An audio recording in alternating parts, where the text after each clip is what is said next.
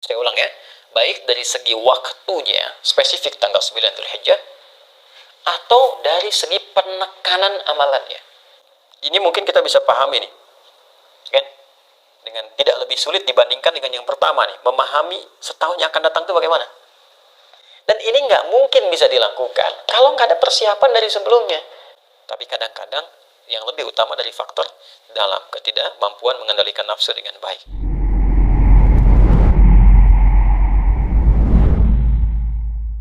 Bahwa siam, puasa itu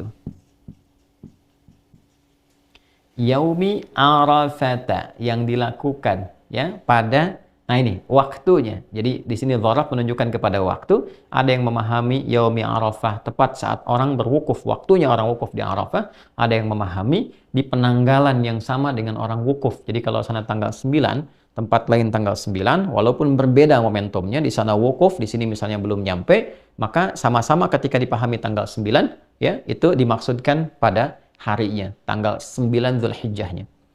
Jadi bagi orang yang wukuf, dipahaminya saat wukufnya, di waktu setempat, saat wukufnya, tanggal 9.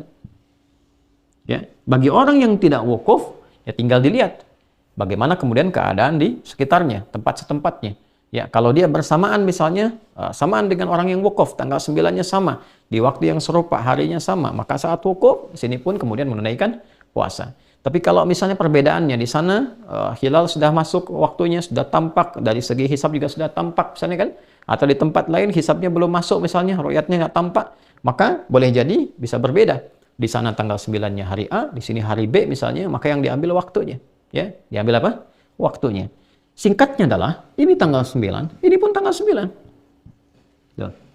Di puasa yang ditunaikan, pada tanggal 9 Dzulhijjah itu, di saat orang-orang yang wukuf di Arafah, siyamu yaumi Arafah, di hari orang-orang saat wukuf di Arafah, ya kan?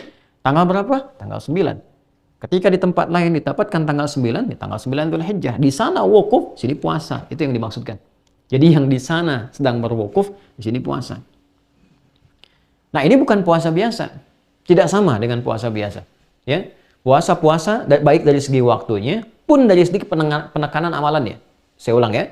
Baik dari segi waktunya, spesifik tanggal 9 Dzulhijjah, atau dari segi penekanan amalannya. Baik ya? Jika kita masuk ke bulan Ramadan misalnya, apa yang ditekankan di bulan Ramadan? Ya, mendekati Allah Subhanahu wa taala lewat peningkatan amal saleh, kan? Menahan nafsu, mengondisikan jiwa, kemudian tingkatkan ibadah kita siang dan malam dan seterusnya. Yang ini spesifik, teman-teman. Ada tafsirnya langsung dari Nabi sallallahu alaihi wasallam. Apa tafsiran dari Nabi? Perhatikan kalimatnya. Anni ahtasibu 'ala Allah Subhanahu wa ta'ala. Sungguh aku berharap pada Allah Subhanahu wa ta'ala, di antara pahala dari puasa ini adalah yukaffiru sanatil lati qablahu atau ba'daha, di riwayat Muslim ya, dan juga di At-Tirmidzi, wa sanatil lati qablahu. Jadi aku berharap bisa menggugurkan dosa-dosa setahun, ya, gugur dosa setahun yang akan datang, oke, dan setahun yang berlalu, telah berlalu. Saya akan agak pelan-pelan menerangkan di sini. Keutamaan puasa tanggal 9 Dzulhijjah. Bila orang berhaji, dia berwukuf di sana. Orang yang tidak berhaji, dia berpuasa. Dan di sini inti haji, Al-Hajju Arafah. Dan di sini inti untuk mendapatkan mabrur bagi orang puasa. Kata Nabi, orang-orang yang berpuasa di tanggal 9 Dzulhijjah ini, ya kan? Aku sangat berharap kepada Allah untuk memberikan pahalanya, keutamaannya, ya kan? Selain pahala yang Allah berikan berupa nilai-nilai kebaikan, keutamaannya apa? Ya, yukaffiru sanatil lati ba'daha wa sanatil lati qablaha. Atau kama qala Rasulullah sallallahu alaihi wasallam, bisa menggugurkan, menghapuskan dosa-dosa setahun yang akan datang. Ini bagaimana memahaminya nih? Ya? Dan setahun yang berlalu. Ini mungkin kita bisa pahami nih. Kan? Dengan tidak lebih sulit dibandingkan dengan yang pertama nih. Memahami setahun yang akan datang itu bagaimana? Nah, jangan keliru memahami bahwa kalau sudah puasa tanggal 9 Dzulhijjah itu bebas dari dosa setahun. Ini bahaya. Kan? Bahaya kalau pemahamannya begitu. Ntar orang korupsi dianggap biasa saja karena udah bebas dari dosa. ya kan? Nyuri sendal bahkan di masjid dianggap biasa. Karena apa? Karena merasa sudah diampuni dosa. Bukan itu yang dimaksudkan. Yang dimaksudkan adalah, perhatikan baik-baik, orang yang puasa di tanggal 9, dia memusatkan amalan untuk introspeksi, muhasabah, seperti orang yang wukuf di Arafah. Ini kuncinya. Di saat orang wukuf di Arafah, dia mengenal dirinya, mengenal Allah Subhanahu wa taala, mengenal lingkungannya, memahami kenapa dia sebelumnya jauh dari Allah, mengoreksi diri, introspeksi dirinya, muhasabah. Makanya dia banyak bertobat, banyak istighfar kepada Allah Subhanahu wa taala, banyak berdoa, banyak memohon kebaikan. Nah, di saat yang sama ketika orang tidak berhaji, dia puasa. Di tanggal 9 ini, dia melakukan hal yang serupa dengan orang haji. Apa yang dia lakukan? Dia introspeksi diri. Dia bermuhasabah, dia merenung. Ya. Walaupun dia tidak wukuf seperti orang haji, ya, tapi di tempatnya saat dia menunaikan puasa itu dia mengoreksi dirinya, mengevaluasi dirinya. Apa perjalanan setahun ke belakang minimal yang bisa direview? Hubungan dia dengan Allah misalnya yang kurang, dia bermunajat, kurang mendekat kepada Allah, kurang rakaat dalam salat, tuntutan dunia banyak, tapi bekal akhirat sedikit. Kewajiban menunaikan perintah Allah tidak terlaksana dengan baik. Dia evaluasi, apa yang membuat kita selama ini jauh dari Allah? Apa yang menghambat saya menunaikan salat dengan baik? Bangun malam untuk dekat dengan Al-Quran. Apa yang menghambat itu semua? Introspeksi diri. Introspeksi. Dan ini nggak mungkin bisa dilakukan kalau nggak ada persiapan dari sebelumnya. Makanya tanggal 1 Dzulhijjah, 2 Dzulhijjah itu penting dibangun persiapan supaya tanggal 9 optimal. Karena penekanannya di sini. Penekanannya di sini. Jadi nggak mungkin orang tanggal 9 itu bisa puasa dengan baik. Kalau cuma nahan lapar dan haus bisa ya. Nahan lapar dan haus dari mulai ya fajar sampai dengan maghrib, insya Allah bisa dilakukan. Tapi kalau menjalani puasanya seperti ini dan introspeksi diri, menata diri lebih baik, melihat tautan-tautan dengan sekitarannya, memperbaiki, mendekati Allah dengan ya semaksimal yang bisa dia lakukan, itu nggak mungkin bisa dilakukan tiba-tiba tanggal 9 begitu, nggak bisa. Kecuali ada persiapan sebelumnya. Dia tingkatkan bacaan Qur'annya, dia latihan puasa sebelumnya, sehingga puncaknya ketika tanggal 9 Dzulhijjah, puasa dia di momentum ini, dia merasakan kenikmatan yang tidak dirasakan sebelumnya. Di titik itulah kemudian muncul kesadaran untuk mendekati Allah Subhanahu wa taala. Maka apa yang terjadi?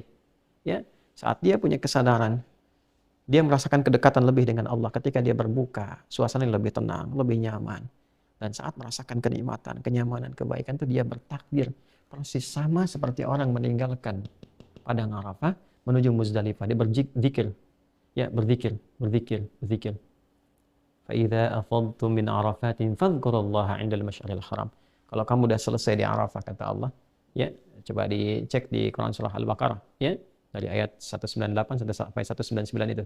198 ya, laisa 'alaikum junahun an tabtaghu fadlan min rabbikum fa idza afadtum min arafatin fadhkurullaha 'indal masy'aril haram. Kalau kamu telah selesai di Arafah, segera bergegas ke Masy'aril Haram, ke Muzdalifah sambil berzikir. Dia bertakbir, dia bertasbih, dia bertahmid. Sama persis. Kenapa dia berzikir? Memuji Allah karena dia sudah merasakan kedekatan yang sebelumnya belum terbangun dengan Allah Subhanahu wa taala. Sama persis. Orang kalau sudah selesai, dia puasa, dia bermuhasabah, dia menangisi dirinya, bertobat, ingin jauh lebih baik dari sebelumnya. Tiba-tiba merasakan perubahan pada diri, dia bertakbir.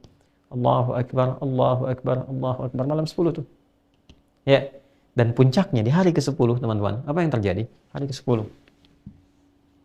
Yang di sana melontar jumrah saat fajar kan? Ya kan? Dia lontar, bukankah dengan kalimat Bismillah ya Allahu Akbar? Dan yang dilontar itu Aqabah kan? Tadi kita bahas menjelang Isya. Aqabah itu kan gambaran dari keadaan diri kita. Nafsu, bukan dari faktor orang dekat, wusta atau orang jauh, ula, tapi dari diri kita sendiri. Kadang-kadang keburukan itu muncul bukan karena faktor luar, tapi kadang-kadang yang lebih utama dari faktor dalam, ketidakmampuan mengendalikan nafsu dengan baik. Nah, nafsu ini yang dilontari, sifat-sifat buruk dalam nafsu. Oh, ini yang kurang bagusnya. Oh, ini yang sifat-sifat yang tidak baiknya, lontar. Dan ketika akan melontar, Bismillahirrahmanirrahim. Sehingga dengan lontaran itu kita merasakan perubahan pada diri pribadi. Setelah itu menghadap ke arah kiblat, kita bacakan Inni wajjahtu wajhiya lilladzi fataras samawati wal arda hanifan musliman wa ana minal musyrikin. Ya Allah, aku menghadap pada dirimu, menghadapkan diriku sepenuhnya ya Allah. Aku bertawakal, pasrah pada Engkau penguasa langit dan bumi. Inna salati wa nusuki wa mahya wa mamati lillahi rabbil alamin. Kalau selama ini aku salat ya Allah, ya, dan saya bermanasik sampai sekarang saya datang, ya kan? Saya hidup selama ini, bahkan saya wafat sekarang pun saya pasrah. Sekarang saya menyadari hakikat kehidupan saya. saya pasrah kepadamu. La syarikalah. Wa bidzalika umirtu wa ana minal muslimin. Saya berjanji tidak akan pernah melanggar ketentuanmu apalagi berbuat musyrik. Sejak saat ini saya akan berjanji mematuhi dirimu ya Allah, mematuhi segala perintahmu, taat kepadamu.